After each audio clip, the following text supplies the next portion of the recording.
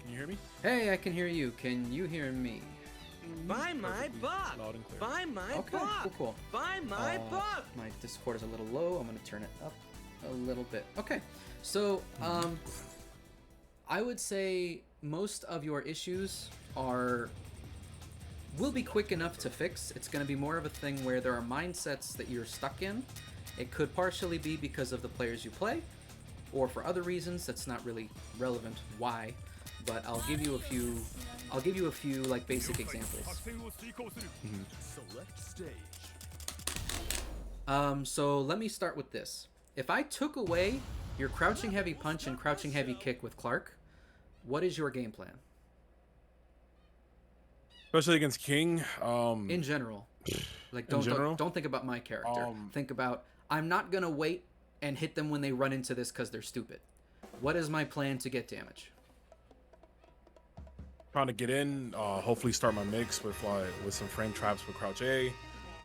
Looking for throws. The thing is, I don't know. I feel like Clark up close can be a little harder to play.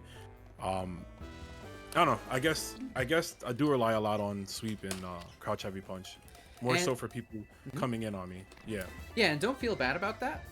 And realistically, it works well because number one, crouching heavy punch is really fast and hard to like counter poke. Same with crouching D. And number two, a lot of people don't know how to rush down a Clark. They haven't practiced safe jump option selects, which completely negate wake up command grabs, you know, which I have, which you've seen, right? So it's like I can just jump at you when I want. So what this means is, as Clark, against someone who knows how to play neutral and rush down to Clark, you have to do what other characters normally do, and that is focus on anti-air. There was a good amount of times where you were like at this range, and I just said, I'm just gonna hop in. Your Dolores would never let me do that. Your Rolf would probably never let me do that. So why does your Clark just sit there?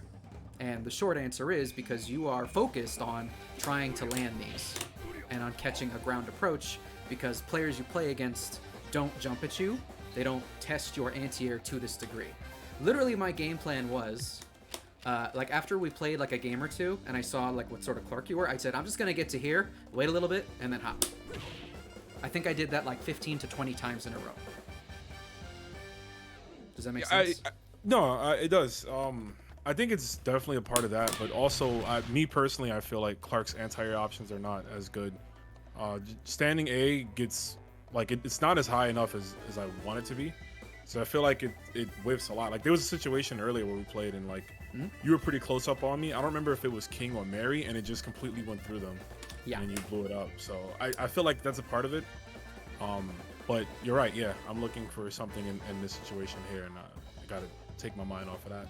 And the other missing piece of this is, like, technically speaking, your reaction anti-air here at this range isn't very good. Heavy kick, if you try to react, can sometimes lose. You've probably tried that. Same with heavy punch, and jab can sometimes miss, right? But there's two major ways of beating that weakness. Number one is, when you're here, neutral hop. There was not a single neutral hop in your neutral. Everything was move forward or wait, or jump forward, or wait, or hop forward, or wait. But no, let me see if Juice can deal with this. Or similarly, if we're at this range, if you do like a 2D or a 2C and, you know, like, I'm out of range, just hit D a few times. If I move forward, I get clipped. If I jump forward, I get clipped. You know? It's more of a case where you can play in a way that surrenders the possibility of a combo or a trip, but increases your probability of not getting rushed down. But you just have to say, you know what, this time, I'll just back up. Or, you know what, this time, I'll just neutral hop. Or, you know, interestingly enough, you could also just hop forward. Since we both hop forward, that would just become a quick draw situation of, you know, who goes first. Right. But you did not want to do any of those four things, so I was able to just sort of loop the neutral against you. Does that make sense? Mm-hmm. Yeah. Yeah, I was playing very timid in this matchup here, King versus Clark. Something I know I probably shouldn't. I should just kind of hold forward a little more in certain situations, but I don't know. I just didn't want to get caught in the loop, and I did, right? Like, I was trying not to play into your hand, but I felt like I just walked right into it, focusing too hard on not trying to, but not using the extra options I had to even approach. Right. Just and this is a sort of a general thing you were doing with all three of your characters. You were very focused on getting to the correct range for your character, and that's good against people who don't know how to fight at the correct range. But against skilled players, they will just block, or they will just not be there, or they will be in the air coming towards you. One of those three things. Now, as Rolf, obviously Heavy Punch covers a little bit of both, right? But that's what King's Slide is for. That's what Rock's Counter is for, and his Light Elbow is for. That is what Blue Mary's Crouching Heavy Kick, and, well, that's what her Crouching Heavy Kick is for, right? So, Right. It's a thing where with Rolf, getting to the effective range and pressing buttons is better than it is with Clark, just by nature of his move properties, right? But there's a similar group of options which you chose not to do, which allowed me to get more offense against your Clark than I probably deserved. There was a lot of times against your Clark where I just said, I'm just going to regular jump at him. And I think you blocked probably 9 out of 10 of those jump-ins. So, Rolf has a DP. It's just quarterback punch, right? But I'm curious how often you think I'm going to wait for the jump and I'm going to blow it up. Is that like a thought process you have as Clark? I have a DP. I can just wait for their jump and blow it up. I don't, you know, it's something I don't use Frankensteiner as much as like a DP. That's something I probably should incorporate in my play. I definitely should, because I think it would land, right? If someone's jumping down and like they'll land into it. But no, I think also probably going for air-to-air options would be better. So additional air-to-airs is another option that you were lacking, like the neutral hop CDs, for example. Similar to Clark, you would move forward on the ground or you'd move forward in the air, but there wasn't a whole lot here of like neutral hop CD, which would probably catch. King's jumping CD is not as good as it was in like 13 and 14. You can also retreating hop CD. In fact, retreating with Rolf is extremely strong because the range you were fighting at is not incorrect. This is like a good range for Rolf, right? But a better range for him if you have a life lead is actually here. Because at this range, if they hyper hop at you, you can literally just press one of your heavies and you will trade or win. And if they full jump at you, then you can easily quarterback punch. And if they run at you, then you can start seeing the runs and hitting those as they move in. This is the effective range for Rolf when you're trying to aggress your opponent and force them to make a mistake. But if you have a life lead and you have the ability to wait, this is the effective range for Rolf. Because right here, you can easily answer your super jumps, easily clip them if they run in, and if they hyper hop at you, there's a chance to get like counter hit standing C, which you might have seen, which causes that knockdown. You could like, you can actually buffer like level 2 here. Let me see if I can.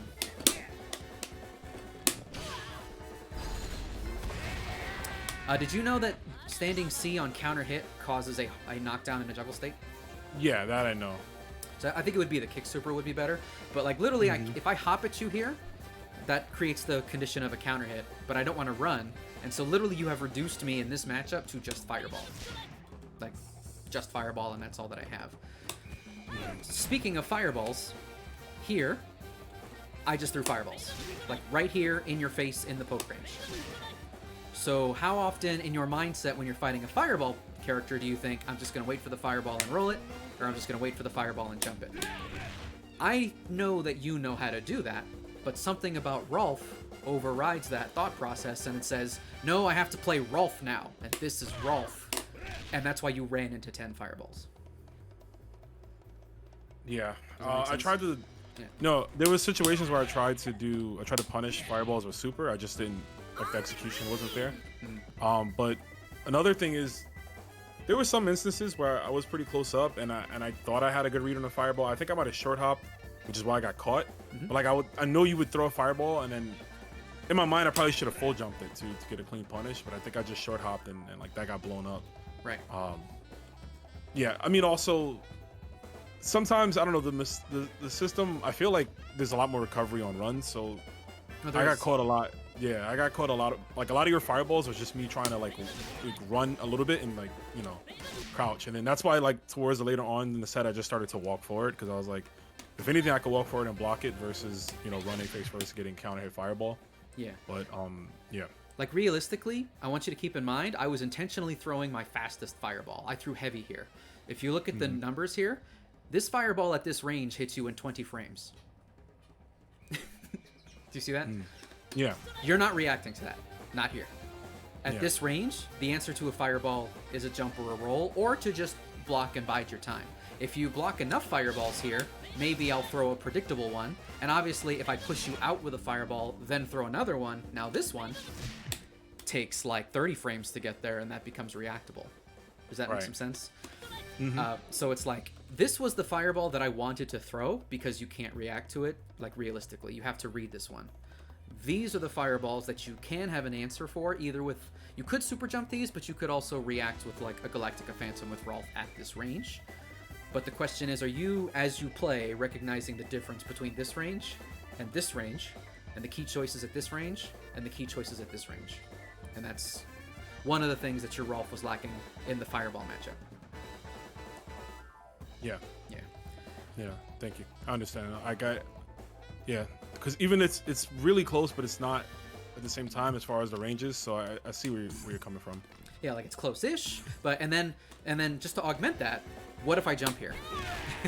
that comes back around, right? Where you blocked 9 out of 10 of those. But again, out here, you still have the options of neutral hop. You still have the option of quarterback heavy. Use heavy. Light doesn't work. It's heavy or EX. If you're not confident in your execution, it's EX, but heavy works just fine if you're on time. So start incorporating those, and the combo if you land the quarterback heavy.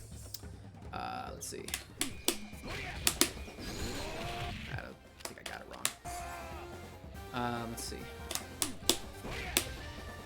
I have when I hit that, I have like the proper combo. It's ground pound. And so yeah, I have like that whole thing. Like the combos are not really much of a problem. It's everything else that I need to just tighten up. Yeah, it's the transition from the neutral to the combo though. Is like if the neutral is new, you will drop the combo. Is the thing. So like there's extra preparation that you might need to do like in order to like incorporate it 100% of the time. Remember, you want to keep playing against zoners who know this stuff, so that they force you to do the correct things. Yeah, I need that. So here, because I mostly play offline. I don't really play online, and out here in New York, we don't really we don't really have like not many zoners or people that are like obviously at the level you are as far as like their fireball game. So it kind of allows me to skip a lot of that in cases because I can read their fireballs better, or even their placements of them are a little more predictable. So yeah. Gotcha. And I would say with Dolores, they're well, this is something I do against a lot of people. It's just sort of a basic test where I'll get up to this range, I'll do nothing for a little bit, and then I'll slide. And it catches a lot of people. I try to one-hit confirm it, and if I see like a normal whiffing, I'll just quarterback heavy kick. If I see you stand up, sometimes I'll just go for it, quarterback heavy kick. Like you saw, sometimes it didn't work and you punished me, right? But this is the range of slide. So King actually can counter poke Dolores here, and you have to be wary about throwing out heavy kick, but sort of, because like at the end of the day, if we go at the same time, the heavy kick will probably like win. It sort of depends on where I start from. Actually, maybe I'm wrong. Yeah, like if I'm late, like if I don't slide on time, you can catch the startup of the slide like before I move. Yeah. Right there. But honestly, like as long as I'm not like completely wrong, notice that's a punish too. That's a whiff punish out there. So like this is an annoyance in this matchup. And this is where the next layer comes in. How do you beat a raw slide from King? And the simple answer is to just hop beat. Neutral hop, right? I know that's the answer, but there were times where I was looking for it, and then it was like a half second later you would do it, and then like something else caught my eye. I'm like, oh, okay, he's not gonna do it right now, so I'm looking for it. But then let me look for something else, and then you would do it, and I'm like, oh crap, he like just waited a second later and like sniped me. Yeah. But I know like that's the general answer is like to hop, hop B or hop D, and get a clean punish. Yeah. Some sweeps will work. Dolores probably would maybe trade. Let's see. It'll depend on the range and blah blah, but like, I would say your Dolores. You didn't drop many combos, which is great, except that one climax cancel. But and I like the close A, honestly, but I'm stupid and I mashed 2A and not throw on wake up. That's why those hit. Now +5. what I would say is your Dolores is a little too passive. Now, I think it is overall good to prefer walking rather than running, especially on anchor when you don't want to die. But it was clear to me when I was playing your Dolores that you lack a certain like offensive mindset, because you can aggressively force a mistake so that your defense works. You can aggressively get something out of me to try and make my game plan fall apart. Like, just this is a basic example here. Here's like a basic play that I would do if I'm trying to play like aggressively. Now, I wouldn't just do reverse DP kick on its own. I would like whiff a 2B and then buffer. And then if I see you jump, then I would press the kick and get the anti-air into the super. I think that what you're focused on when you're playing as Dolores, especially if you don't have a life lead, is really trying to land a heavy kick or a jump in. And overall, that's fine, but that's why me just walking backwards is the counter. Because I'm not going to give you the heavy kick max mode, and I'm going to force you to mix me up on the jump in if I don't anti-air it. As King, I can just press this and basically guarantee a trade. As Mary, I was looking for DPs, and I was also, with Mary, I prefer more neutral hops.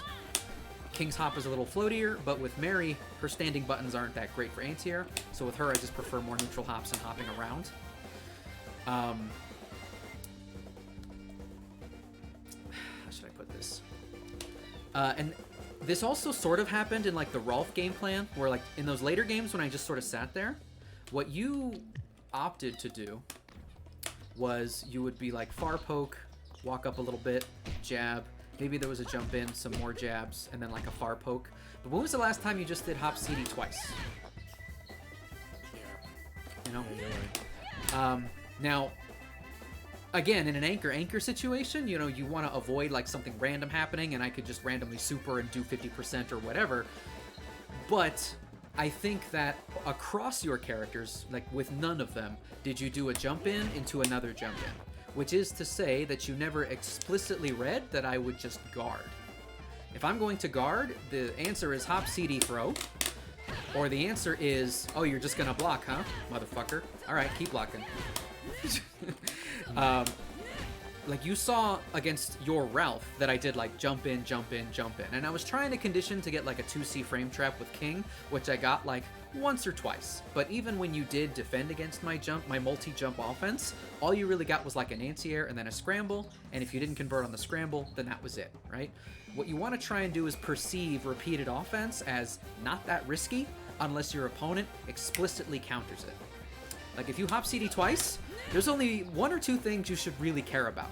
And that's if I do this, if you do that, and then I reversal climax, that's something to be worried about. But if I don't do explicitly that, like if I just anti-air your next one with a jab, that doesn't hurt.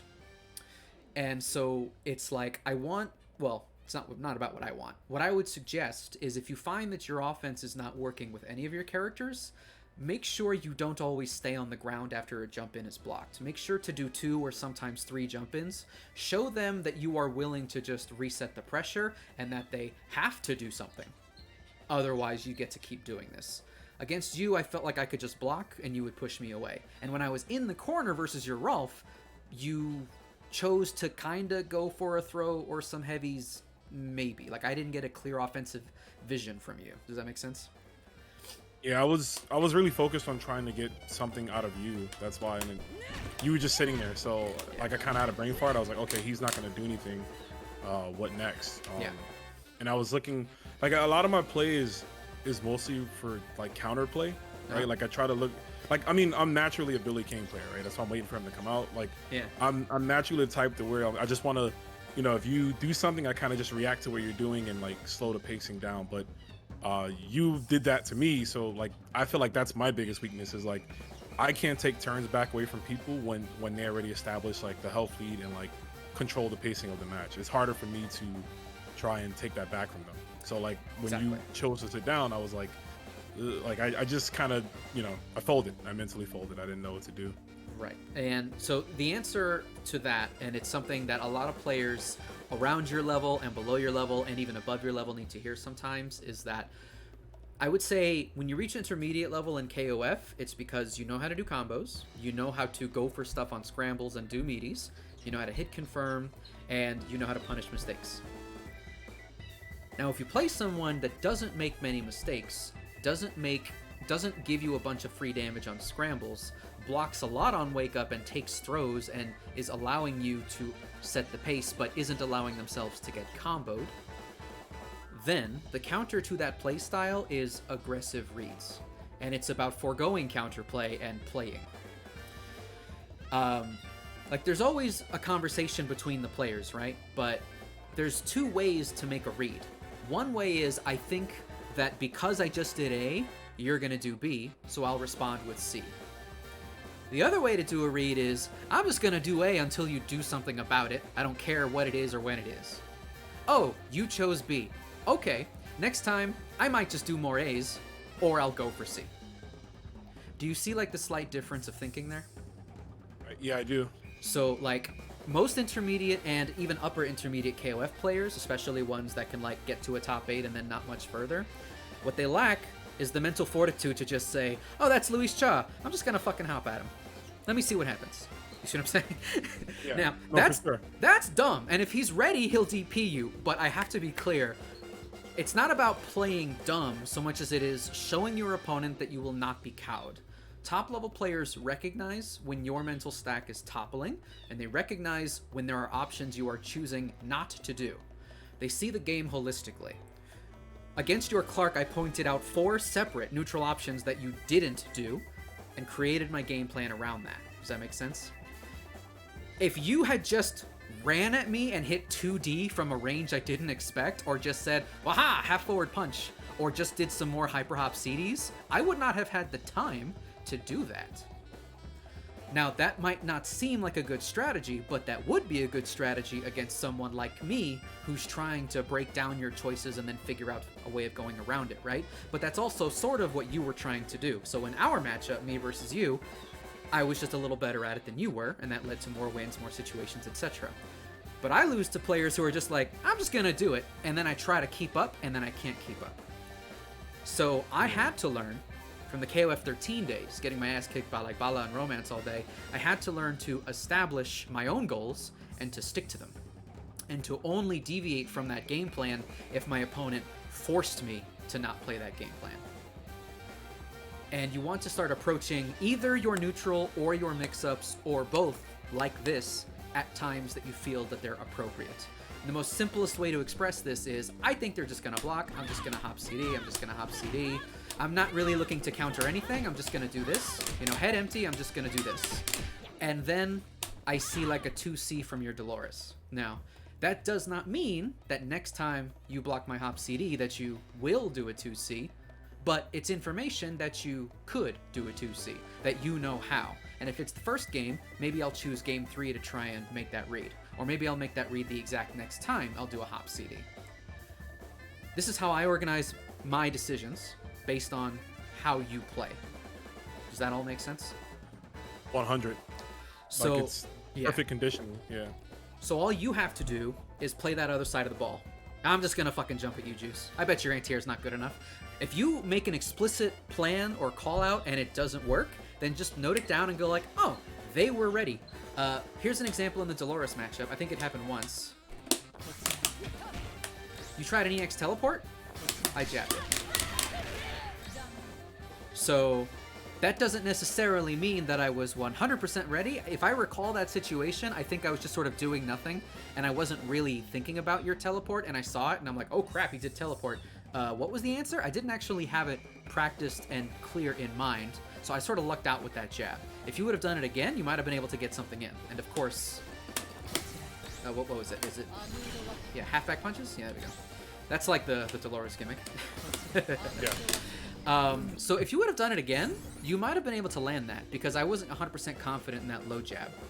But I can also say a lot of players on and around your level make the mistake of, oh, he countered it, I don't want to do that again. Yeah. That's true. And there's times where you did certain things and I was like, all right, let me not go for this. Like I had to break the mindset, because it's not even real, right? Like Clark players doing like, a button into hop. That's not real, but I get away with it a lot. So like once you checked it every time, I was like, all right, I'm not gonna go for it anymore. And then if I found myself falling into a flowchart, like I instantly I'm like, oh crap, like because you would check it.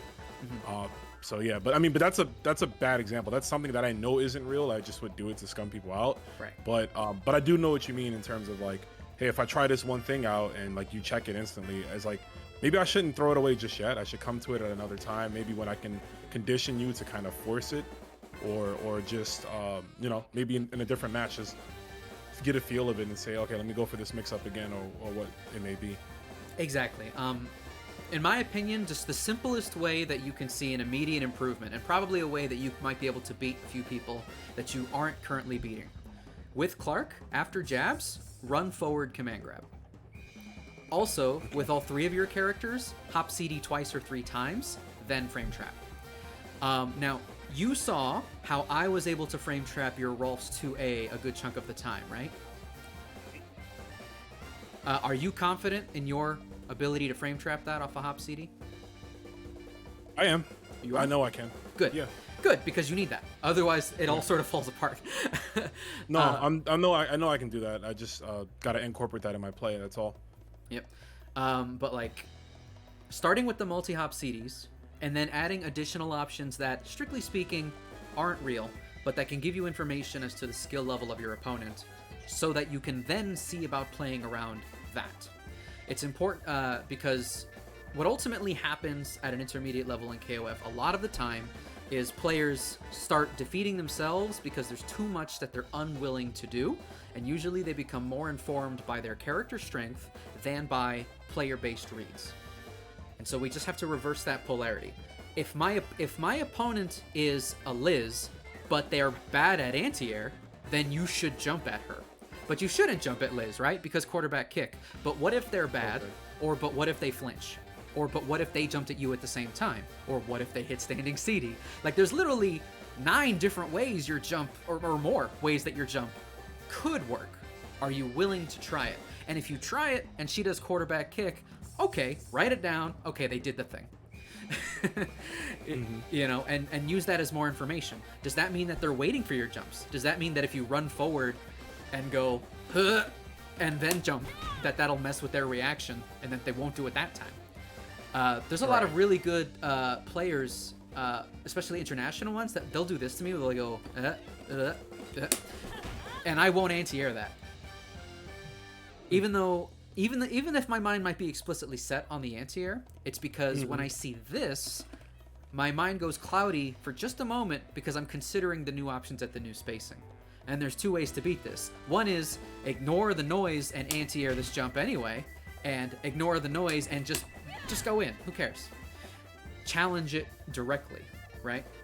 These sorts of strategies are often where intermediate players fail or do not consider, or consider too late because they're behind in the mental play or because their mental stack is tumbling, and so on. And that is why it's extremely difficult to beat someone with years of experience, because they know all the ways of throwing fake information to make you hesitate, which is really all I'm doing when I go up here, wait, and slide.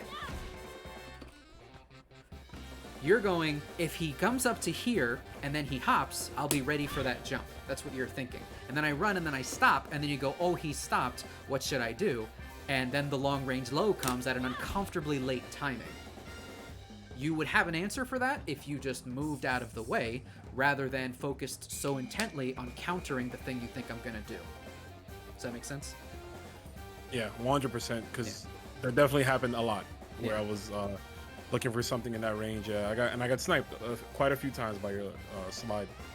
I was like, oh, I thought he was gonna jump, or I thought I was really, to be honest, in the King matchup, the button that worries me the most is like stand CD. I feel like that is like, it's just so hard to really contest, and I was just looking for I was looking for that in most situations to try to whiff punish it, or maybe like guard cancel roll through the fireball or something. But if you would slide and it's like, oh shit, I'm standing, get caught, and then Right. What I would say about stand CD is there's 2 main ways to fight it, although it depends on your character's jumping height. I'm gonna check with Dolores real fast. Some characters can hop over it. This is sort of matchup dependent. I don't think Dolores can. Like Doesn't even at look the like top it. of her jump, she's not high enough. So the two main ways of fighting it, it is kind of slow on startup. So if you know exactly when I'm gonna do it, then there's a chance you can hit me. But that's why I tend to do it out here at a range where they're not really gonna have an aggressive poke to hit the startup of it. But the further away I am from you, the easier it is to full jump. Let me see. I got this backwards here. Put simply, the horizontal range on it isn't quite as good as it looks. It's kind of like a slower but more rewarding version of Robert's standing light kick. So people tend to run into it for like similar reasons. So in this example here, if you hit a button on the ground, if I'm too close, you can win because it's too slow. But let me actually do like a more realistic one. I'll like do the 2A because I'm plus, right? Let's see. And even then, that's actually too close. This is a way of just catching 2B mash, basically. Like, there's too much startup on it. But of course, if I start anticipating that you're going to mash there, all I have to do is chain that 2A into a slide or into a forward B, and I'll be able to hit that. But that's not really the problem range. The problem range is here. And this range naturally comes about in a couple of key ways. Like, for example, after Fireball. And after I do the Fireball at various spots, I have a pretty nice frame advantage. So it's like... Let's see. Like, right there where it whiffs, if you were to press a button, I'm probably going to trade or I'm probably going to win. Yeah, that happened a few times where I tried to contest. You trade, you get to the wall splat, and then, yeah, continue the combo. Yeah. So the key thing, and this is an aggressive mindset choice, but it's the correct one, is, let's see, at this range, the jump is not an option because there's too much advantage and you end up jumping into it on the way up. But that's going to be the answer anytime I don't have like a precise spot for it. Like if I try it here where I'm not plus enough. Looks like Shadow Strike or just flat out whiff punishing would be ideal. The thing about the whiff punish is that it's going to be highly, highly range dependent. And obviously if you block it, look how far away I am now. Right. You know, so like the thing is there's this one awkward spot where it's whiffing right in front of your face where maybe you could whiff punish it, but it really depends. And like that's possible, but now you have to put that into a match situation because I'm honestly not sure what exact spot that is the exact spacing where I'm gonna whiff this. For sure. I see what you mean. You know, normally I'm gonna be closer than that, which means you have to mash it if I don't beat your mash, or I'll be slightly further than that, which means you need to jump it unless it's at the spot where you jump into it. And so it ends up sort of being like a bison scissor kick from Street Fighter 4, if you remember, where like you block one, and then you kind of want to do something, but you kind of shouldn't, so you kind of have to block another one. God, yeah, It's that kind of a thing where it's like, okay, just have to wait for the CD, then I block it, then we're playing neutral, and then if you lose neutral again, that's a separate thing. Like for example, here's Fireball, and then I go in and do this again, and then I go in and do this again. So like this all loops until you choose to, you could guard cancel the CD if you think I'm gonna throw the Fireball. That's why a lot of times I just do stay in CD with no Fireball. You know, if I do string into CD, you might be able to jump it, you might not. Notice there's all these gray areas on how to counter it. That's by design. That's by design. I want all that. Basically, this is King's best gimmick. If she can get you to the corner, this is her best gimmick because it beats both mashing and not mashing in different ways because she's actually pretty good at guard breaking if you don't anti-air the rehop CDs. Let's see. Depending on the character, like a super can work as well. Like I'm pretty sure. Well, that's not a good example. But like if you know I'm gonna do something after that Fireball, occasionally doing like a DP or a forward roll. Like if I try to forward hop there and then you forward roll out of the corner, you escaped. You know, like sometimes I have to sit there. So it is sometimes worth your while to make an aggressive read like that. A meterless roll out, trying a raw DP. In Liz, I don't think it would work, but I'm gonna try it. Maybe. Yeah, I think there's a bit of like rolling the dice type gameplay you have to have a little bit in a situation like that. Because I try not to roll out the corner too much because I feel like that's that's obvious. That's what someone, especially of your skill, would look for. But But if I you're gonna wasn't. hop I'll be again, honest. I no. wasn't looking for it. In my head, I'm like, I bet Rome's gonna block all this. I'm just gonna go for guard break. so some forward rolls would have worked, and that's Yeah. that's why I love KOF, by the way, and that's why I'm getting into Virtua Fighter as well. But both of these games are like, the smart thing to do when someone is smart, the dumb thing, and because you're not supposed to, but it is the exact right answer sometimes. And so Yeah. the really big piece of advice for you, and I've given this to a lot of other players, is sometimes you got to do that dumb thing to show me that you're willing to do it. And that's really the key thing holding a lot of players back from reaching like the upper echelon. This includes myself. Like, I don't count myself as like some super high level player. I still can't beat like Luis Chan bracket or like Reynald in bracket, like, and so on and so forth, right? But I at least understand the weaknesses that they're taking advantage of, and I understand where my personal weaknesses like overlap with that.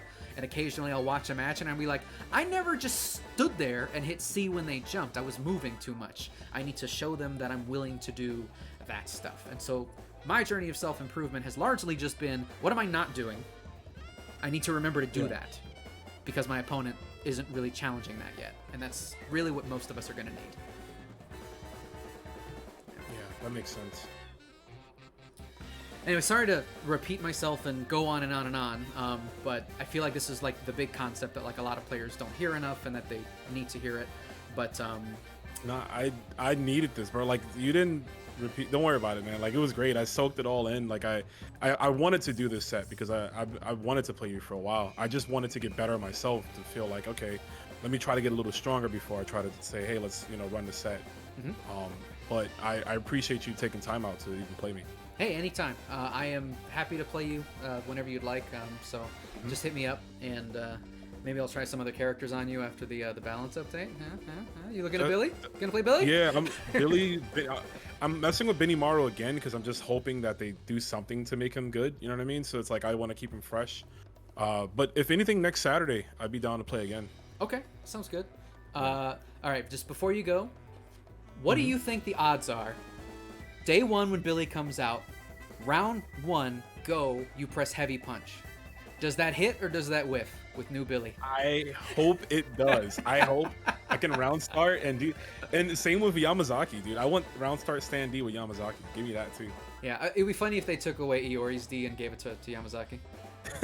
And be like, I mean, it was pretty good at 14, so we're going CDS 2 with Yamazaki this time. Oh, that'd be so sick. Just press But it. I'm very excited though. I've been wanting to play those characters.